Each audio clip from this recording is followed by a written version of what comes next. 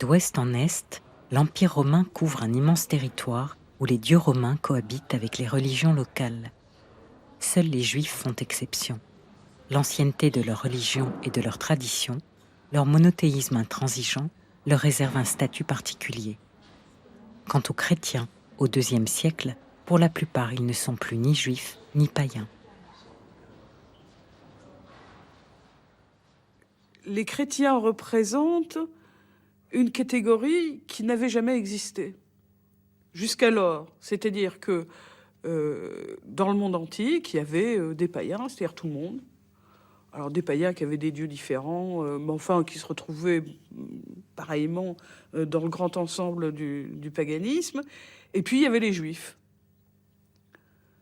Les juifs qui étaient considérés comme étant des athées, des asociaux, etc.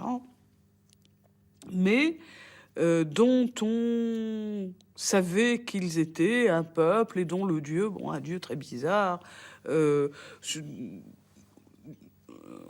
sujet duquel on va dire aussi beaucoup de choses très désagréables. Il y a des histoires sur une tête d'âne qui aurait été adorée par les Juifs dans leur temple, etc. Bon, enfin, donc, il y a plein de calomnies, de médisances et d'antisémitisme du point de vue de la société antique, mais les Juifs représentent un peuple identifiable, connu, rattaché à un pays, c'est la Judée. Le mot juif vient du mot Yehoud au Yehuda, c'est-à-dire la Judée. Donc ils sont issus de cette région. Ils ont un temple, ils ont un dieu. Ils sont donc intégrés dans la société antique. Et comme tout peuple, eh ben, les autres peuples, tel peuple a tel dieu, au pluriel. Les Juifs ont un dieu. Bon, c'est bizarre, c'est curieux, c'est étrange. Mais ils appartiennent. Ils sont finalement partie intégrante de cette société antique, même s'il faut leur accorder le privilège d'être dispensés des cérémonies civiques et du culte à l'empereur, etc., parce que, en raison de leur particularisme, qui est une chose détestable, mais connue et finalement acceptable, car ils ont l'ancienneté pour eux. Et ils sont connus de tout temps comme étant comme ça. Et il vaut mieux respecter les Juifs et leurs dieux que de craindre la colère des dieux en général, etc. Oui, par crainte de la colère des dieux de toute façon, et donc ça va bien. Mais avec les chrétiens qui ne sont pas juifs d'origine,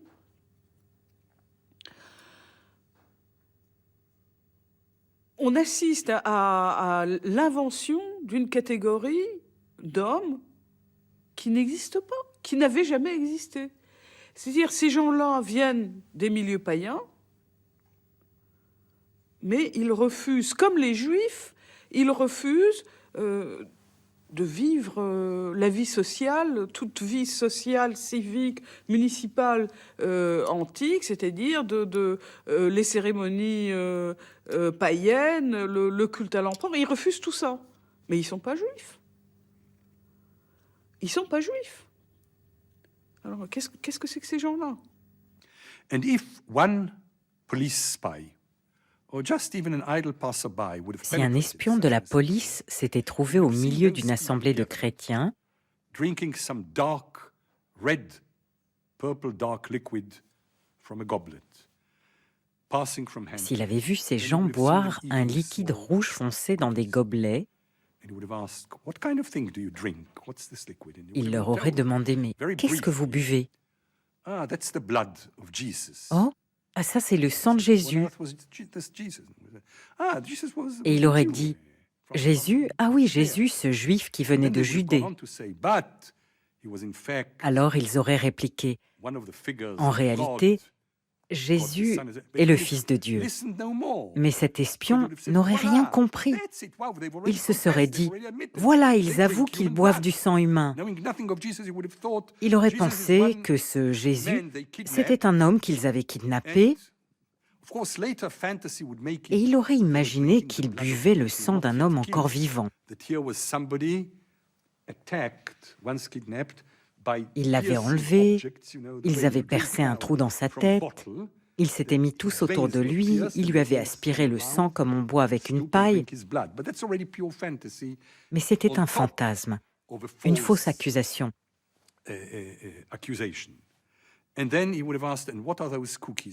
Ensuite, il leur aurait demandé « Et ces gâteaux que vous mangez, qu'est-ce que c'est ?» Eh bien, c'est de la farine, c'est de la chair de Jésus. Comment ça, de la chair? Là encore, c'était inexplicable. Ce sont des cannibales. Ils boivent du sang, ils mangent de la chair humaine. La preuve est faite. Voilà des moyens très efficaces pour propager une rumeur. Mais on comprend bien ce qui a pu se passer. Il est évident qu'ils mangeaient des petits-enfants tout crus. Il était évident que la nuit, ils éteignaient les lampes et faisaient tous l'amour en couronne. Enfin, tout ce qu'on racontera plus tard des Juifs, tout ce qu'on a raconté de tous les gens qui ont des coutumes étranges. Et puis, c'est des excités. La religion païenne est calme. Elle a ses coutumes, ses fêtes, elle sacrifie aux dieux, on fait des fêtes joyeuses. Tandis que ça, qu'est-ce que c'est cette bande d'excités? Donc, ils sont capables de tout. Ils sont des gens qui n'ont pas la tête tout à fait... Et alors, la police se méfie grandement. La police romaine plus que tout autre. Tout centre de pouvoir qui échappe à son autorité est suspect. Et si, en plus, ce qui échappe à son autorité a des idées un peu bizarres, de leur côté, d'ailleurs, les chrétiens expliquaient que les païens étaient tous des pédérastes, tous des adultères. Enfin, je veux dire, c'était un rendu pour un prêtre. Il y a, dès le départ, une incompréhension entre Romains et chrétiens. Pour un Romain, la religion est politique. Il n'y a pas de séparation entre la religion et l'État. Et la religion, le geste religieux est un geste politique. La religion romaine, c'est une pratique, c'est un rituel très précis qui doit permettre le lien avec les dieux et permettre d'avoir la protection des dieux. Mais il n'y a pas de contenu, il n'y a pas de foi, il n'y a pas de contenu. Par ailleurs, il y a dans l'Empire romain un certain nombre de religions auxquelles chacun peut adhérer de façon privée, en autant que ça ne gêne pas la sécurité publique. Et donc, les chrétiens qui refusent de sacrifier aux dieux romains, aux dieux de la cité, les dieux qui protègent l'Empire, sont vus comme des athées, sont vus carrément comme des athées. Ils sont vus aussi comme des gens immoraux. Parce qu'ils ne respectent pas la hiérarchie habituelle dans les religions romaines, c'est-à-dire où on sépare les femmes, les hommes, où on ne mêle pas les riches et les pauvres, tandis que chez les chrétiens, à partir des évangiles, tout est mélangé. Et, on essaie de faire une espèce de communauté avec plusieurs sortes de gens. Et donc, ils sont vus comme immoraux, parce qu'il faut se mettre à leur place aussi. La religion commence, les rituels se font dans des petits cercles un peu à l'écart, et quand on est à l'écart, tout de suite, c'est vu comme menaçant ou c'est vu de façon bizarre, et il est normal qu'ils aient eu une espèce de réaction comme celle-ci. Pour assurer leur sécurité dans l'Empire, les chrétiens doivent répondre à ces attaques ou à ces calomnies. À partir du IIe siècle, ils écrivent des apologies, des plaidoyers en faveur de la nouvelle religion. Le philosophe Justin est l'un des acteurs essentiels de cette défense du christianisme.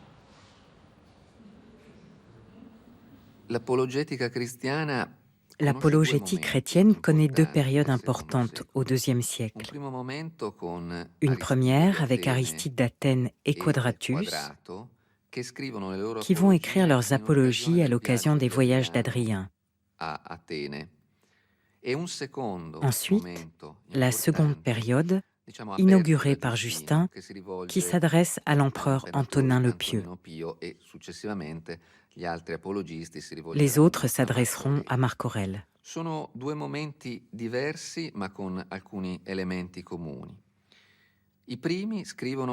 Les premiers apologistes écrivent dans un contexte où le christianisme est assez pacifique.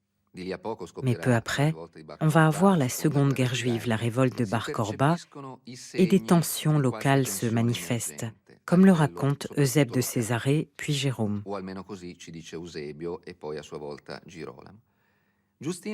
Lorsque Justin écrit ses apologies, le contexte des persécutions se fait davantage sentir, surtout à Rome.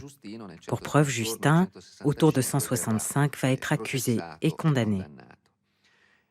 Donc l'œuvre apologétique de Justin se comprend comme la nécessité d'expliquer vis-à-vis de l'extérieur les différents aspects de l'identité chrétienne.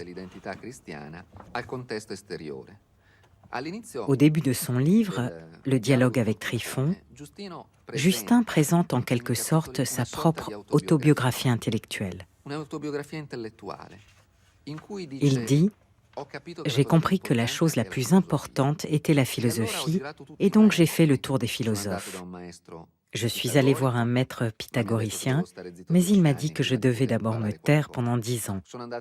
Ensuite, je suis allé dans une académie et on m'a demandé de l'argent. Alors je suis allé voir un platonicien et j'ai commencé à percevoir la vérité.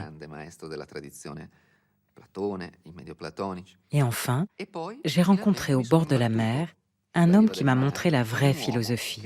La vraie philosophie, c'est la philosophie chrétienne. »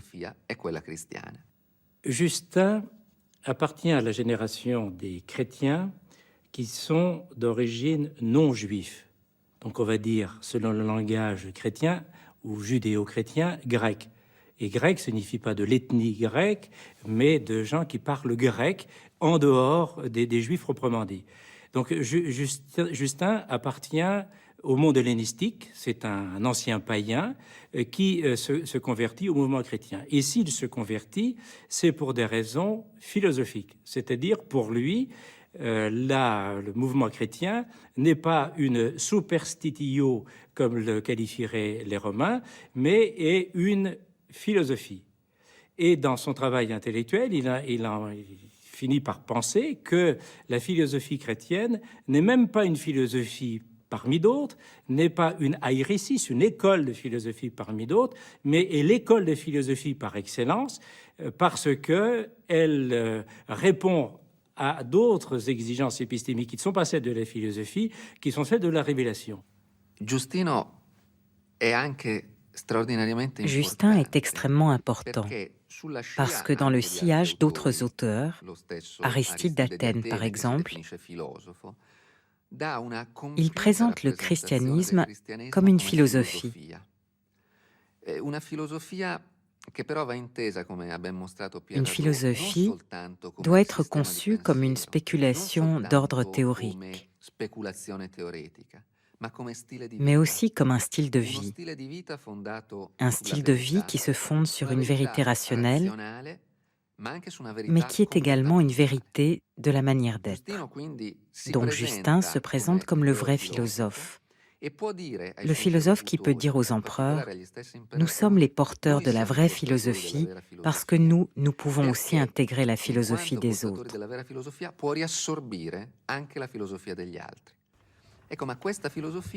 Le style de vie, les comportements démontrent la vérité de cette philosophie.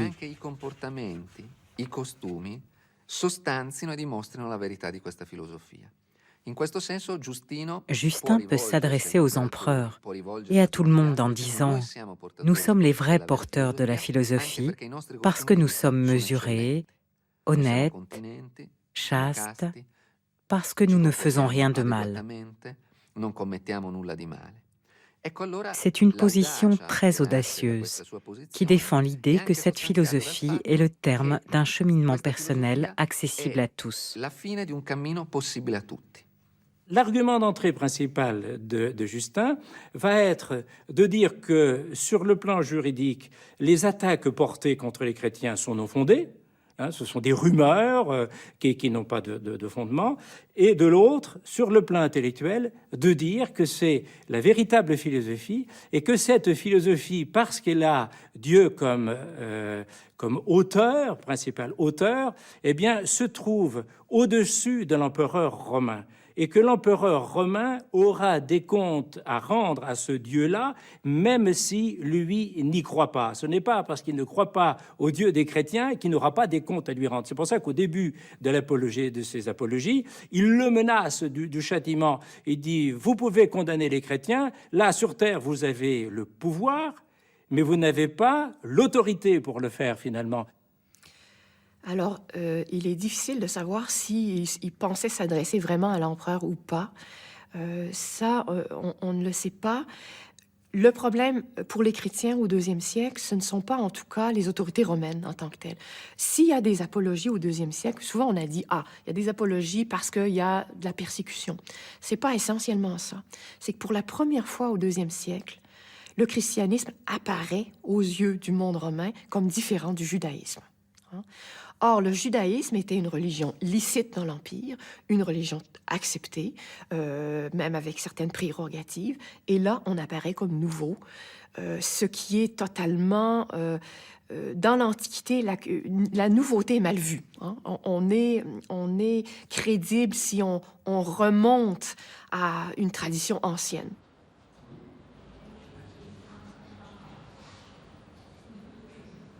Justin ne se contente pas de plaider la cause chrétienne devant les autorités impériales.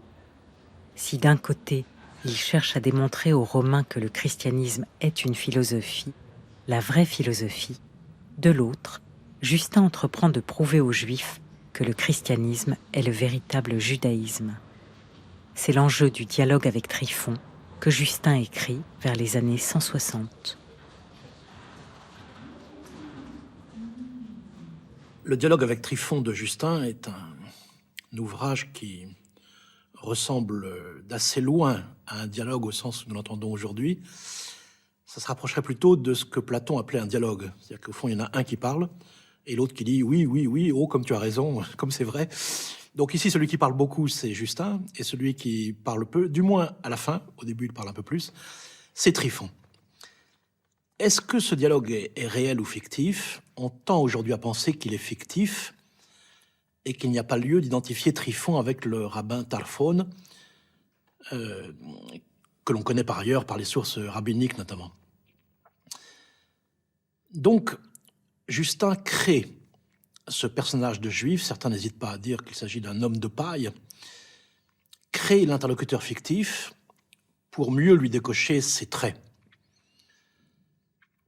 Ce rabbin Tryphon ignore l'hébreu, laisse passer d'énormes affirmations de Justin sans réagir, et bizarrement, à la fin du dialogue d'ailleurs, il ne devient pas chrétien, il se retire en disant qu'il reste juif. On en reste un peu étonné parce qu'après, il a eu l'air tellement convaincu pendant tout le dialogue que cette finale reste surprenante. Tryphon est un personnage trop complaisant. Il cède trop facilement. Il se laisse dominer par Justin, donc visiblement, il y a un déséquilibre. Justin présente ses arguments de façon très forte. Et Tryphon ne sait jamais quoi répondre. Il se laisse entraîner par toute une série de démonstrations de Justin. À la fin du dialogue, Tryphon ne se convertit pas, mais cela reste très ouvert. Je dirais que c'est un dialogue de propagande qui construit le personnage de l'adversaire comme celui d'un juif capable d'accepter tout un ensemble d'arguments en faveur des chrétiens. Très probablement, un juif réel n'aurait jamais été aussi accommodant.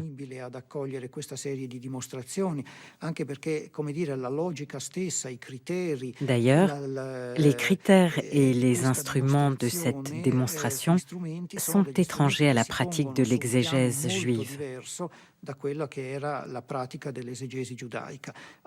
Certains aspects correspondent, mais d'autres absolument pas.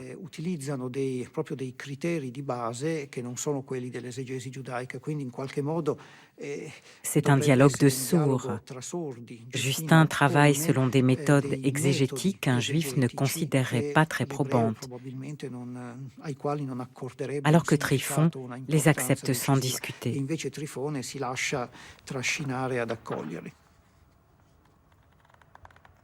La dimension polémique du texte de Justin est absolument essentielle. Il s'agit donc, un peu avant la moitié du IIe siècle, de montrer comment les deux interprétations sœurs de la prophétie biblique sont des interprétations de sœurs ennemies. Et les Juifs ne se convertissent pas, les chrétiens attendent leur conversion.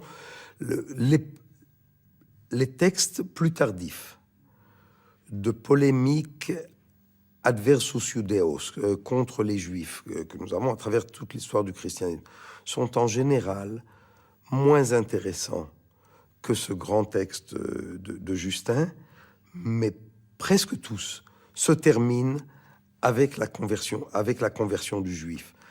Or, à l'époque de Justin, les chrétiens pouvaient encore espérer que les Juifs se convertiraient. Plus tard, on sait que les Juifs ne se convertissent pas et se convertiront seulement, on l'espère, à la fin des temps, à la fin apocalyptique de l'histoire.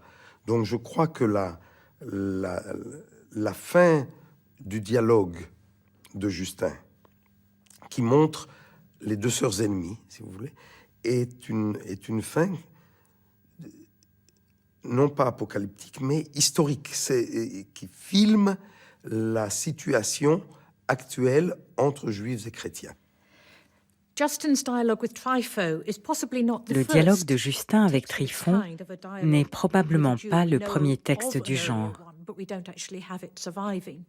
mais celui-ci est remarquablement élaboré. Il joue un rôle très important pour comprendre le développement de la réflexion chrétienne par rapport aux Écritures juives. Justin situe son dialogue avec Tryphon dans le contre-coup de la défaite des Juifs, après l'échec de la révolte de Bar Korba dans les années 130. En réalité, il a écrit son livre une vingtaine d'années plus tard, et le fait de situer le dialogue dans ce contexte est un choix littéraire délibéré.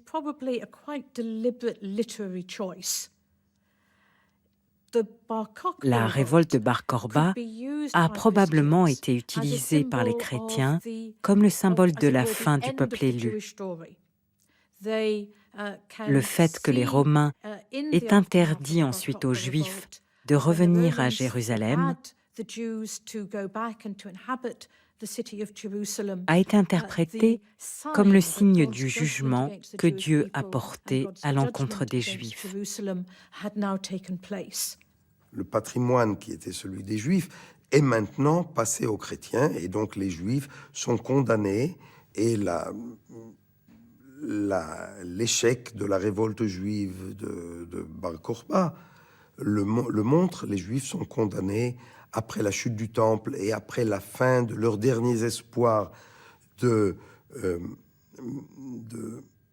renouveau politique, sont condamnés à n'être plus qu'un peuple vaincu et ayant perdu leurs attributs de peuple élu, si vous voulez, de peuple conservant la vérité révélée par Dieu à l'humanité.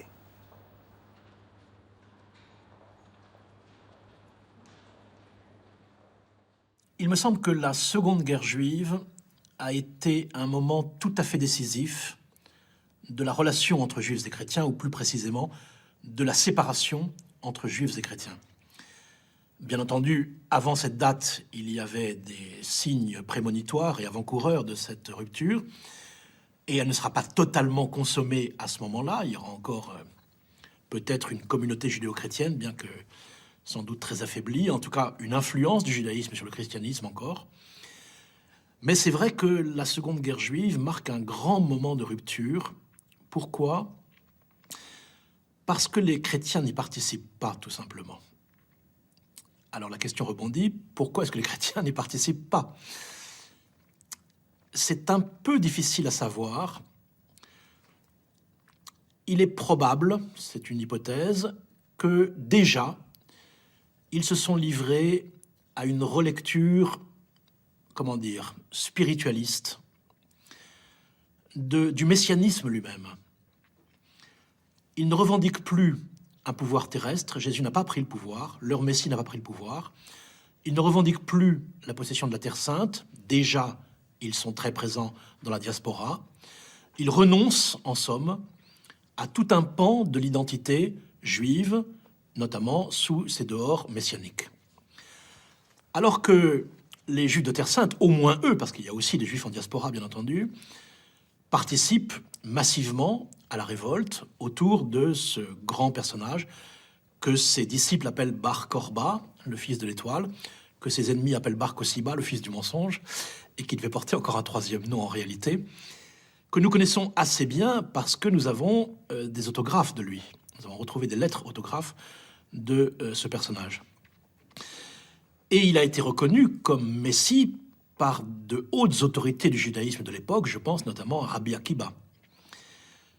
Donc, autour de lui se fédère toute une impatience, tout un ressentiment aussi par rapport à l'Empire romain, rappelons-le, qui a détruit le Temple en l'an 70. Et il s'agit là de la dernière expression, en quelque sorte, en tout cas pour la période, de ce courant messianique juif proprement dit, si l'on peut dire. Les chrétiens s'en désolidarisent et c'est certainement là l'une des grandes causes qui a précipité, au sens quasiment chimique du mot, la rupture entre les deux traditions. Si Justin situe son dialogue autour de 135, il le fait non seulement pour expliquer l'interprétation chrétienne de l'histoire, mais cela lui permet de montrer les doutes des Juifs devant cet événement, devant la faillite de leurs espoirs messianiques.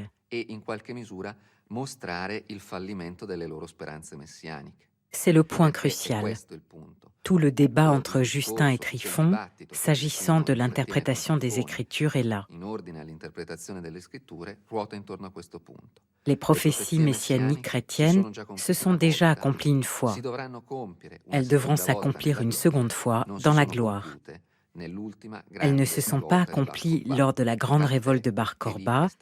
Le temple a même été définitivement détruit, ce qui signifie qu'a été effacée la raison même d'exister du peuple juif. Ce sont des affirmations très fortes aujourd'hui, des affirmations anti-juives qui peuvent paraître inquiétantes. Mais c'était une époque de très forte compétition religieuse, non seulement entre juifs et chrétiens, mais aussi entre les chrétiens et les autres cultes émergents. Le culte de Mithra, les religions à mystère. Justin reconnaît même que les chrétiens ne sont pas tous unis.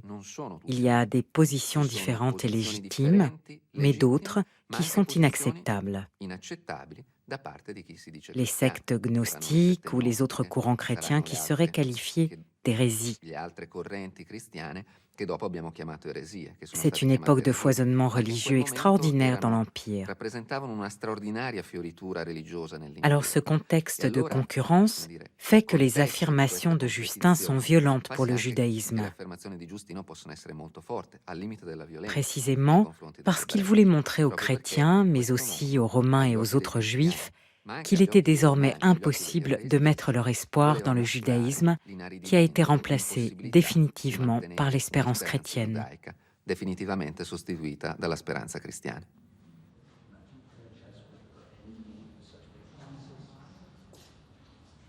Le chrétien Justin et le juif Tryphon sont d'accord sur un point.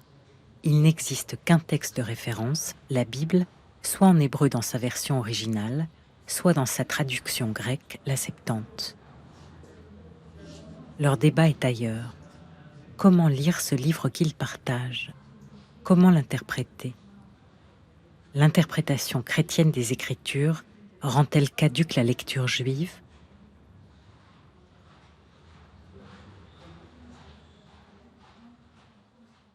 Au fond, j'ai envie de dire qu'il s'agit d'une querelle d'héritage. Car les chrétiens revendiquent une lecture de ce qu'ils appellent l'Ancien Testament, c'est-à-dire de la Bible juive, purement et simplement. Mais ils ne sont pas les seuls, et les Juifs n'ont pas disparu. Tout Israël n'est pas devenu chrétien.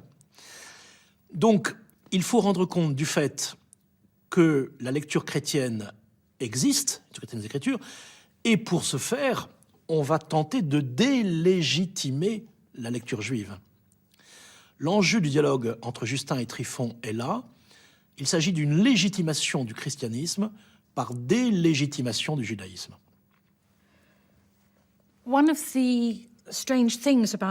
Il y a quelque chose de curieux dans l'utilisation que Justin fait des Écritures. On a l'impression que Justin possède une collection de textes, peut-être pas la Bible entière, mais dans sa collection de textes, ces références montrent clairement qu'ils ont déjà été réécrits. Je ne pense pas que ce soit le fait de Justin. Il croit sincèrement qu'il s'agit des textes originaux. Par exemple, dans le psaume 95, on peut lire les mots « Dites aux nations ». Le mot « nation » peut aussi être traduit par « gentil ». Justin note quelque chose qui est très significatif pour lui. Dieu, le Seigneur, règne depuis l'arbre. C'est pour Justin une référence évidente à la crucifixion, à Jésus qui règne sur la croix.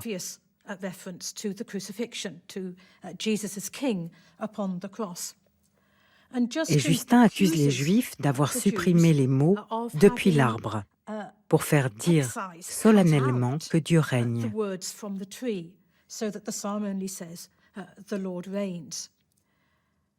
Mais les mots « depuis l'arbre » ne figurent pas dans le texte originel.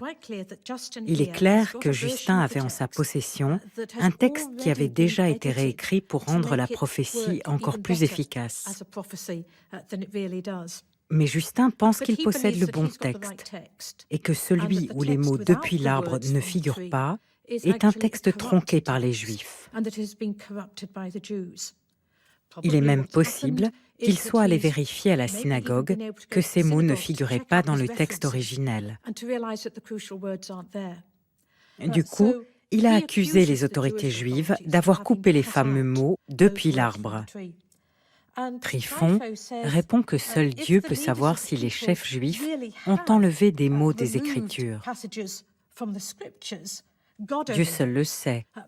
Justin affirme « Ils l'ont fait ». Et il ajoute « C'est un crime plus terrible que le crime du veau d'or ». Donc Justin interprète la suppression de ces mots dans les Écritures juives comme une trace de la désobéissance des Juifs envers Dieu. En réalité, pour moi, ce sont les textes que lisait Justin qui avaient déjà été réécrits. Alors, petite parenthèse, à un moment donné, il rencontre le verset Isaïe 7,14, qu'il lit en grec, bien entendu, et Tryphon ici réagit. Il lit en grec « La Vierge concevra et enfantera un fils ». Et il explique que c'est bien l'annonce de la conception virginale de Jésus, telle que la raconte l'évangile de Matthieu, en se fondant sur le même verset. Et Tryphon réagit en disant « Mais dans le texte hébreu, ce n'est pas écrit ainsi, c'est le mot « alma » et non pas le mot « betula » qui se traduirait en grec par « parthenos ». Donc ce n'est pas le mot « vierge », c'est le mot « jeune fille » ou « jeune femme ».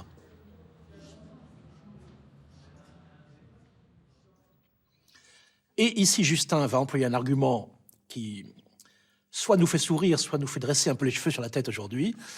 Il dit que les Juifs ont modifié le texte. Donc que le vrai texte ici est celui de la Septante, la traduction grecque, et que le texte hébreu est falsifié. Cet argument de la falsification, il l'emploie pour d'autres versets, puisqu'il donne à ce moment-là une série de preuves, entre guillemets, de ce travail de falsification, qu'aucun chercheur aujourd'hui n'assumerait, bien entendu, mais qui rappelle étrangement, ou qui anticipe étrangement, pour le coup, sur d'autres affirmations similaires, je pense à celle de l'islam, reprochant aux chrétiens d'avoir falsifié le message authentique de Dieu, que le Coran vient rétablir. Donc on a ici un peu la même logique d'accusation de falsification pour assurer la vérité du texte ultérieur. Tout cela ne serait qu'un théâtre d'ombre où Tryphon joue le rôle d'un faire-valoir. Mais pour quel public ? les Juifs ne peuvent que récuser les arguments de Justin, qui n'hésite pas à tricher avec les textes pour servir sa cause. Quant aux païens, ils demeurent étrangers à ces discussions vides de sens.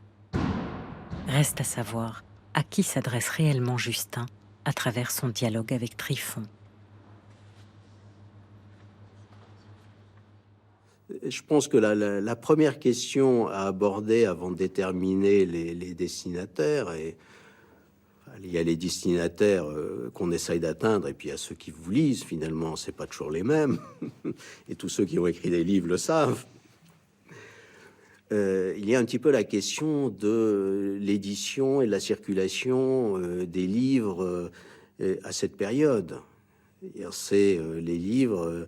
ils n'étaient pas publiés en de très nombreux exemplaires. On n'avait pas cherché le dialogue de Tryphon dans la librairie du coin ou utilisé l'Amazon local pour se le procurer. Donc, les textes étaient rares, difficiles à trouver, circulaient peu. Ce qui rend en fait les destinataires relativement limités.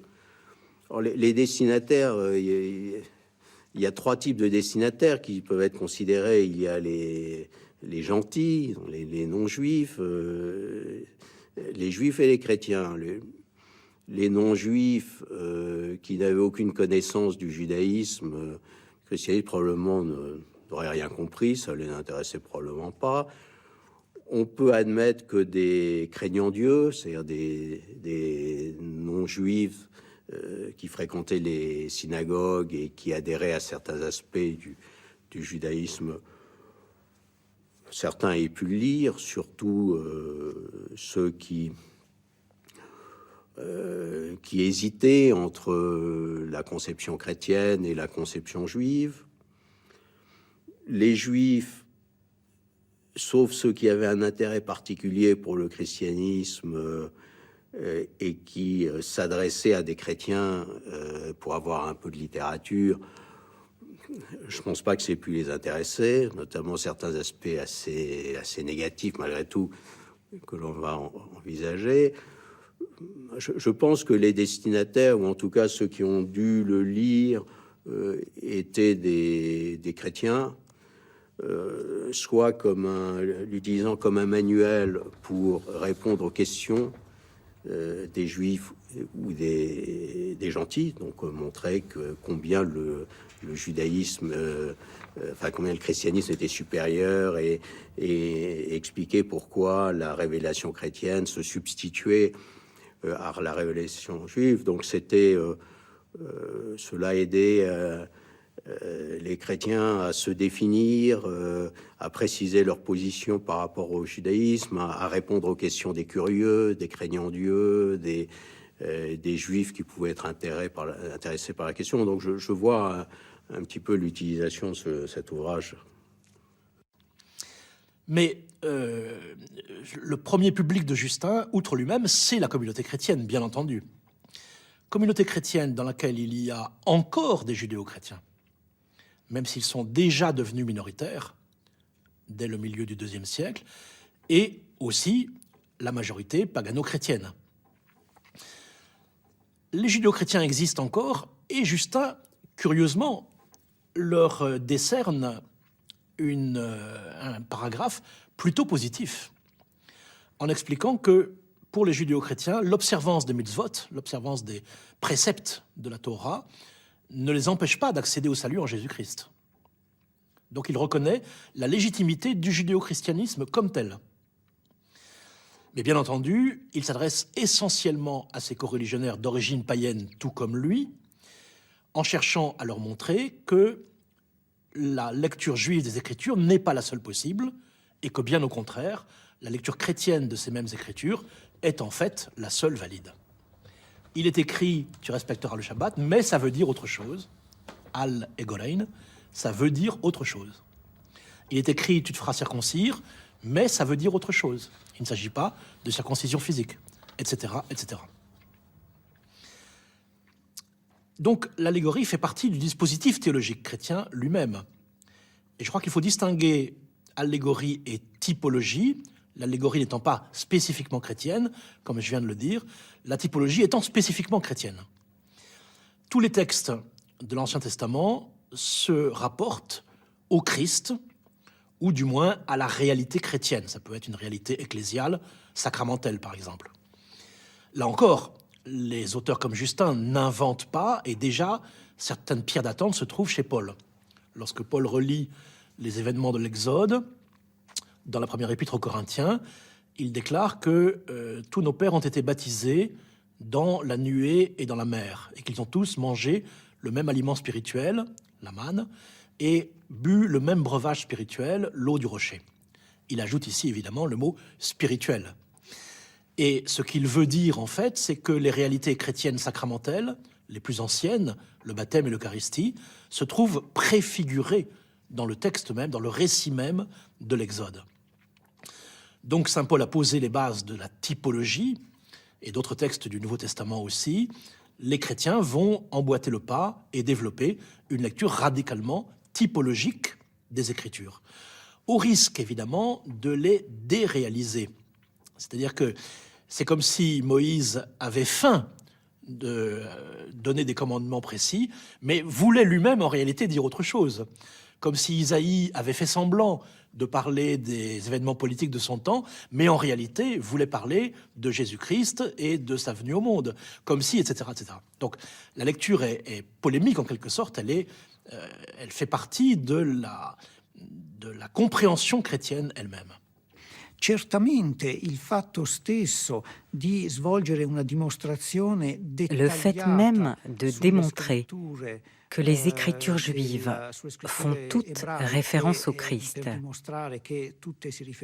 est un procédé qui a une double portée. D'une part, cela permet d'intégrer dans l'identité chrétienne toute la Bible hébraïque. Et Justin situe l'identité chrétienne dans la continuité avec toute la tradition d'Israël. In continuità con tutta la tradizione di Israele, quella che Giustino considera la vera tradizione di Israele.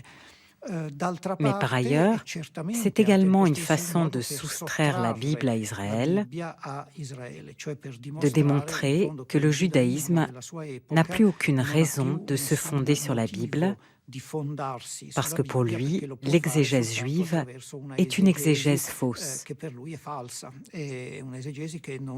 En ce sens, on peut dire qu'il veut couper l'herbe sous les pieds du judaïsme contemporain, puisque selon lui, il ne se fonde sur rien. Encore une fois, ici, l'Église ne fait que développer, déployer ce qui est déjà indiqué dans ces textes fondateurs. Je pense au récit de Emmaüs, dans le chapitre 24 de l'évangile de Luc, où l'auteur nous montre Jésus ressuscité, interprétant dans toutes les Écritures ce qui le concernait, littéralement ce qui était autour de lui. Donc tout d'un coup, comme si on avait placé un aimant sous la limaille du texte biblique, elle se recompose pour former des lignes de force complètement différentes. Le centre a changé. Donc matériellement, c'est le même texte que les Juifs et les chrétiens ont en partage. Herméneutiquement, ce n'est pas le même texte. Et dès lors qu'on l'ouvre, il est différent si l'on est juif ou chrétien. Et je crois que c'est cela que montre le dialogue avec Tryphon de Justin de manière exemplaire. On pourrait multiplier les exemples précis. Il y a le cas de Abraham et Isaac, il y a le cas de Jacob, Israël, avec Ésaü, etc. Enfin, tous les éléments du texte deviennent pour Justin autant d'occasions de montrer la vérité de l'accomplissement chrétien. Nomos de, kata nomo teteis, ton pro autu e posse, kai diateke mete peita genomene, ten proteran homoios estese. Aionios te emin nomos, kai te lutaios o Christos, e dote, kai e diateke piste, meten unomos, ou prostagma, uk entole. Israeletikon gar, toaretinon, pneumatikon, kai Juda genos, kai Jacob, kai Isaac, kai Abraham, tu en acrobustia, epite pistei marturetentos upo tuteu, kai urugetentos, kai patros polun et non kletentos, emeis esmen. Oidia tutu tustorotentos Christu, to theo prosactentes, os kai proscoptonton emin ton logon apodeictes etai.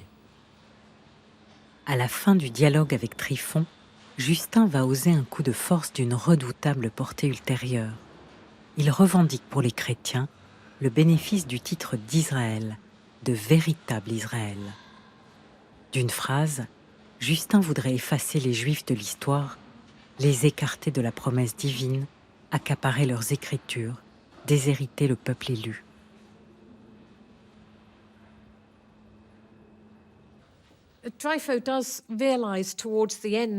Tryphon réalise à la fin du dialogue que Justin prétend être le vrai Israël. Alors il demande de manière sarcastique: vous pensez que vous êtes le vrai Israël? Et Justin dit oui, nous le proclamons. Et ça, c'est un point très important qu'on commence à trouver dans la littérature chrétienne. Cette prétention à vouloir être le véritable Israël, le nouvel Israël, et à dénier ce droit à tout autre, c'est-à-dire aux Juifs.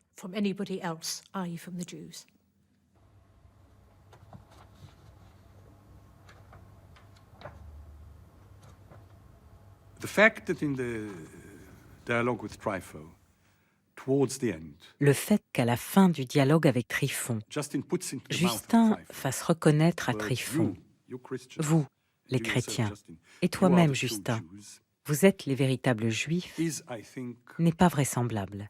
not genuine. Any Jew Un who Juif wouldn't have qui ne converted se to serait pas Christianity, converti au Jew who christianisme converted into Christianity would be a ne different pourrait matter. jamais He would, of affirmer course, que les first chrétiens sont le vrai claim Israël. that the Christians are Verus Israel, etc., etc. That's obvious.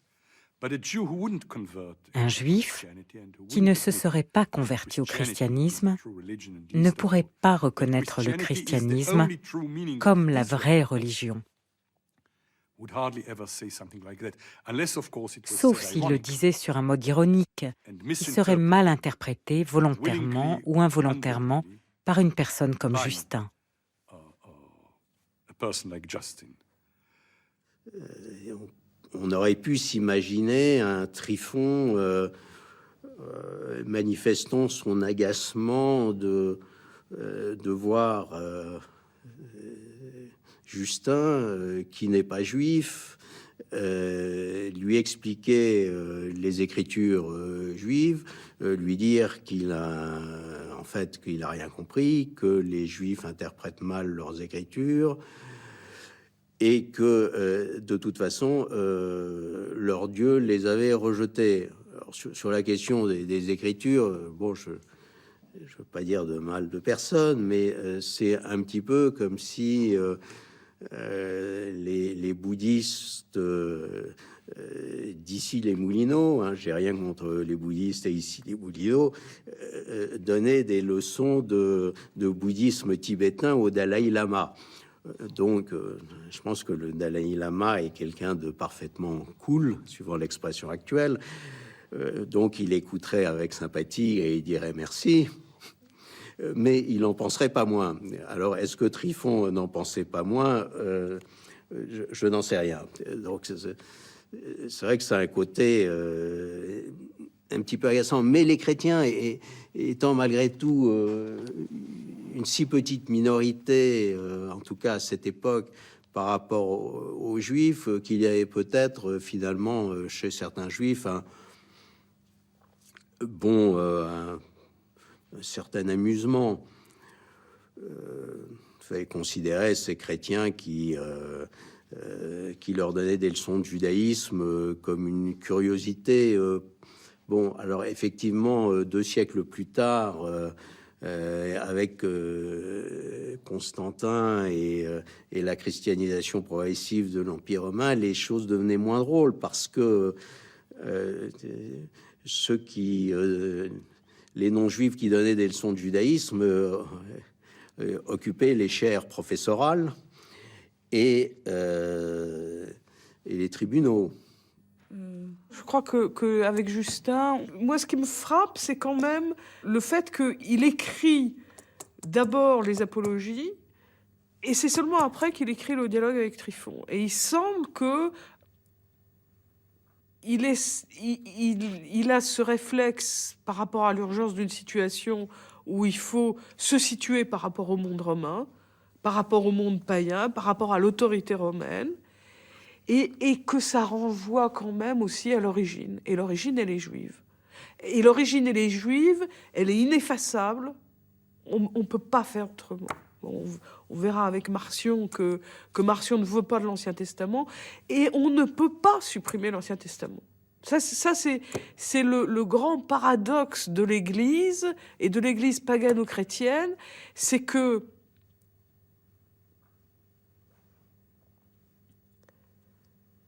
cette origine juive est ineffaçable, insurmontable, et parfois tellement insupportable. À Rome, au milieu du IIe siècle, plusieurs maîtres à penser se disputent la juste interprétation de la doctrine chrétienne. Tandis que Justin prétend faire du christianisme le seul héritier d'Israël, d'autres comme Marcion veulent couper tous les ponts avec la Bible juive. Figure fondamentale et méconnue du christianisme, Marcion n'est rien de moins que l'inventeur du concept chrétien de Nouveau Testament.